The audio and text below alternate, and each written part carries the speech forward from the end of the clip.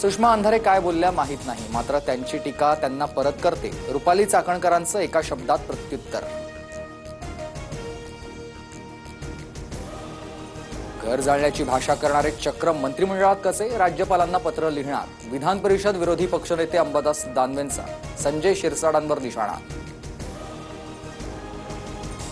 पंकजा मुंडे आणि धनंजय मुंडे गोपीनाथ गडावर एकत्र। गोपीनाथ मुंडे यांच्या पुण्यतिथीनिमित्त गोपीनाथ गडावर विविध कार्यक्रमांचं आयोजन।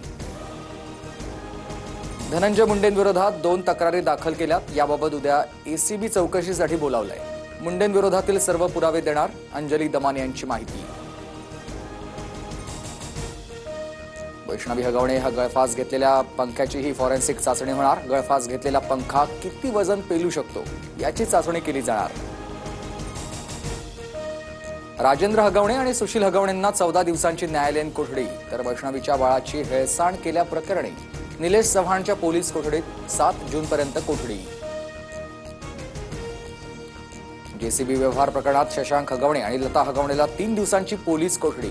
जेसीबीच्या विक्रीवेळी 11 लाखांची फसवणूक केल्याचं उघड।